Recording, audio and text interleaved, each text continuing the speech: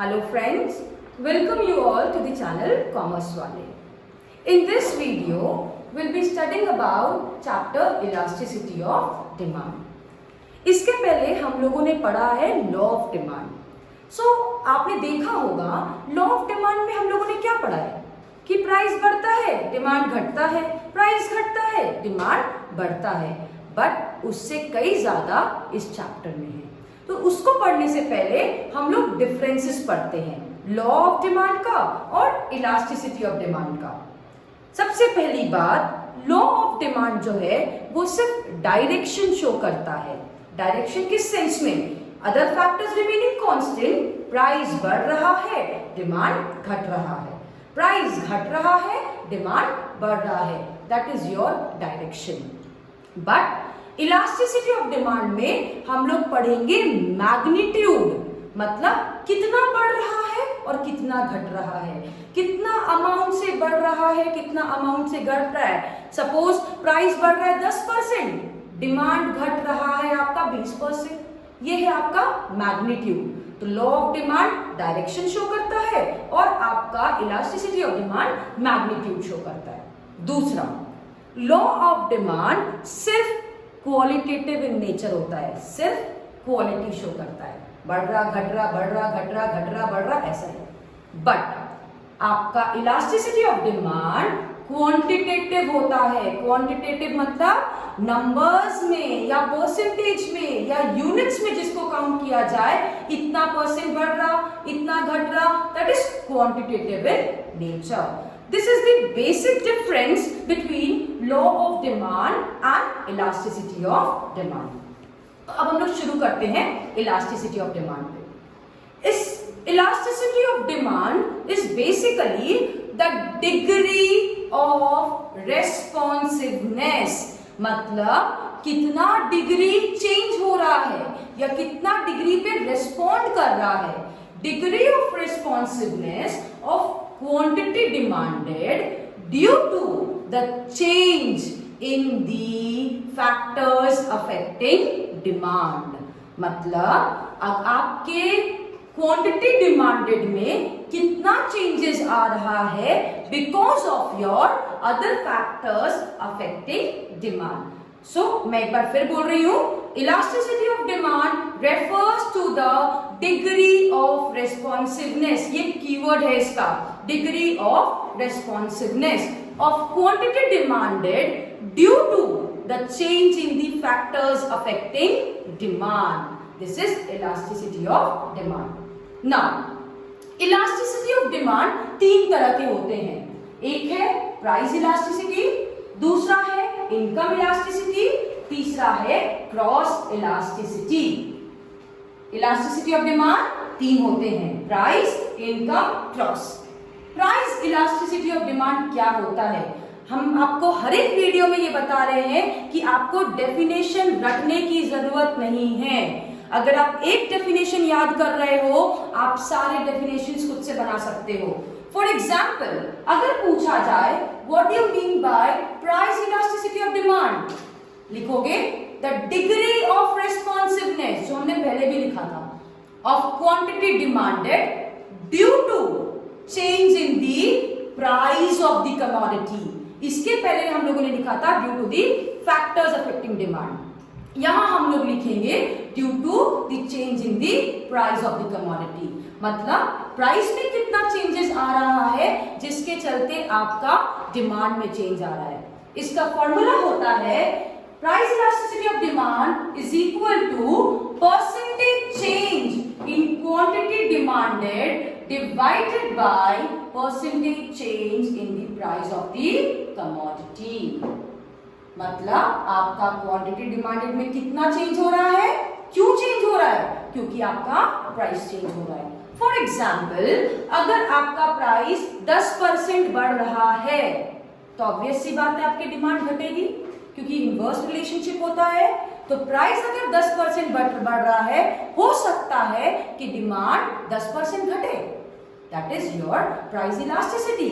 मतलब it refers to the percentage change in quantity demanded divided by percentage change in the price of the commodity.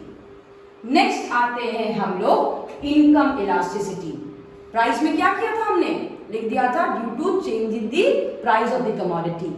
यहां हम लोग क्या लिखेंगे, due to the change in the income of the consumer, the degree of responsiveness of the quantity demanded due to the change in the income of the consumer। इसका formula क्या होता है, EY, Y आपका income denote करता है, is equal to percentage change in quantity demanded divided by percentage change in income। इसके पहले हम लोगों ने लिखा था percentage change in price और अब हम लोग लिख रहे हैं percentage change in income। Next is our cross elasticity of demand। Cross elasticity होता है when we talk about related goods। हम लोगों ने पढ़ा था related goods दो तरह के होते हैं, एक होता है आपका complementary goods, दूसरा होता है आपका substitute goods।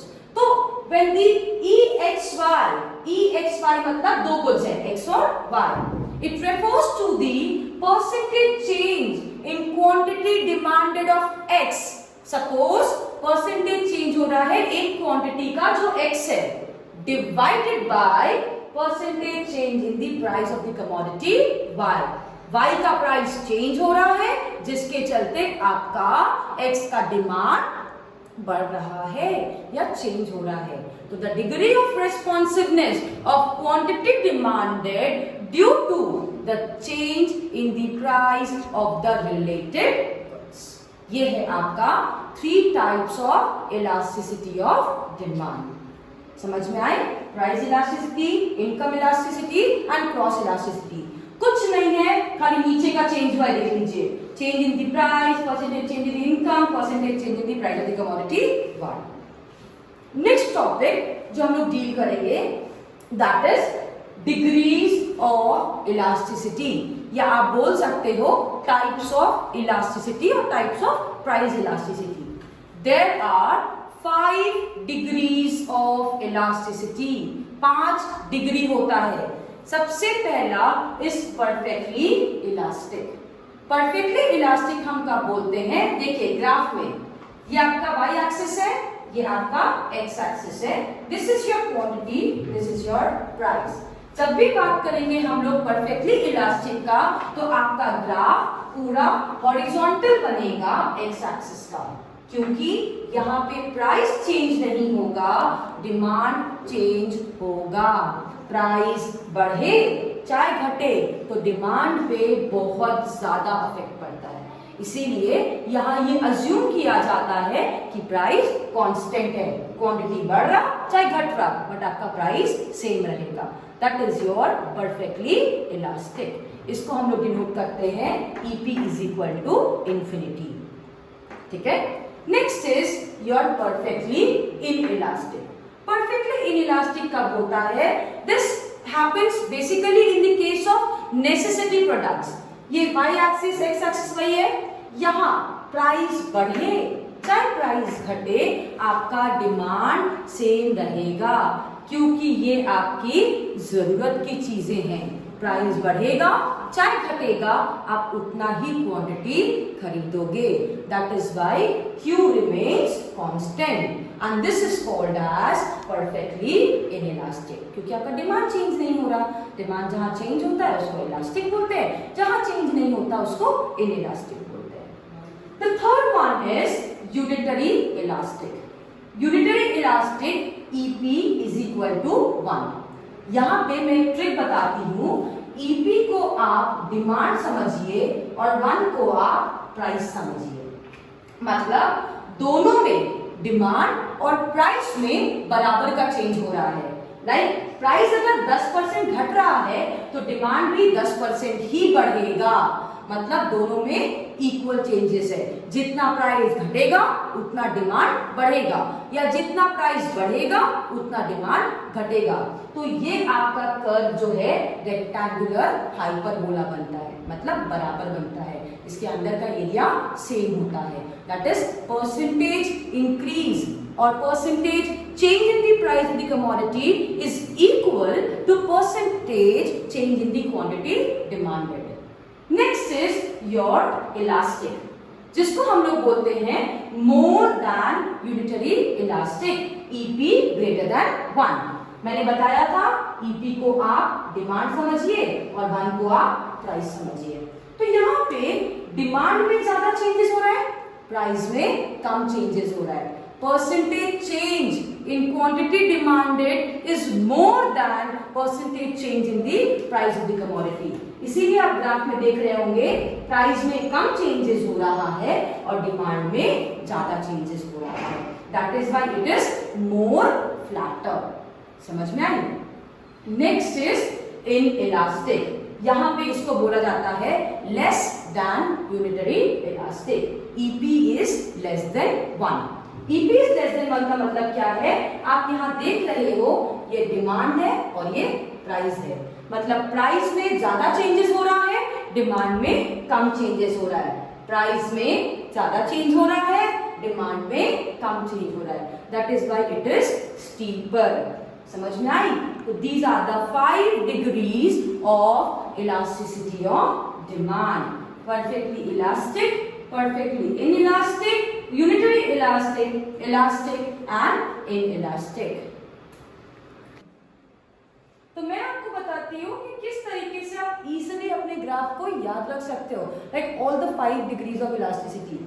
This is quantity, this is price. तो यहाँ पे जो आपका एग्जैक्ट हॉरिजॉन्टल बनेगा that is your EP is equal to infinity, मतलब परफेक्टली इलास्टिक। यहां से जो आपका पूरा वर्टिकल बनेगा that is your EP is equal to 0, मतलब परफेक्टली इनइलास्टिक। अब एग्जैक्टली इसके बीच से जो बनेगा that is EP is equal to 1, unitary elastic. अब देखिएगा हॉरिजॉन्टल इंफिनिटी मतलब perfectly elastic, vertical perfectly inelastic. Exactly बीच से जो पास किया that is EP is equal to 1। अब यहां से जो पास कर रहा है this is EP greater than 1, क्योंकि 1 से बड़ा है। और जो यहां से पास करेगा that is EP less than 1, क्योंकि ये 1 से छोटा है। समझ में आई? हॉरिजॉन्टल परफेक्टली इलास्टिक, वर्टिकल आपका परफेक्टली इनइलास्टिक। एग्जैक्टली बीच से जो क्रॉस करेगा that is unitary elastic. Unitary elastic के ऊपर से जो पास करेगा दैट इज लेस इलास्टिक, और नीचे से जो पास करेगा दैट इज मोर इलास्टिक। तो हमारे नेक्स्ट वीडियो में हम लोग डिटेल में और पढ़ेंगे अबाउट प्राइस इलास्टिसिटी का causes and all. So please like, subscribe and share our channel and do not forget to comment also, जिससे हम लोगों को बेनिफिट मिले और नए नए वीडियोस लेके आने के लिए आपके डिमांड पर। Thank you.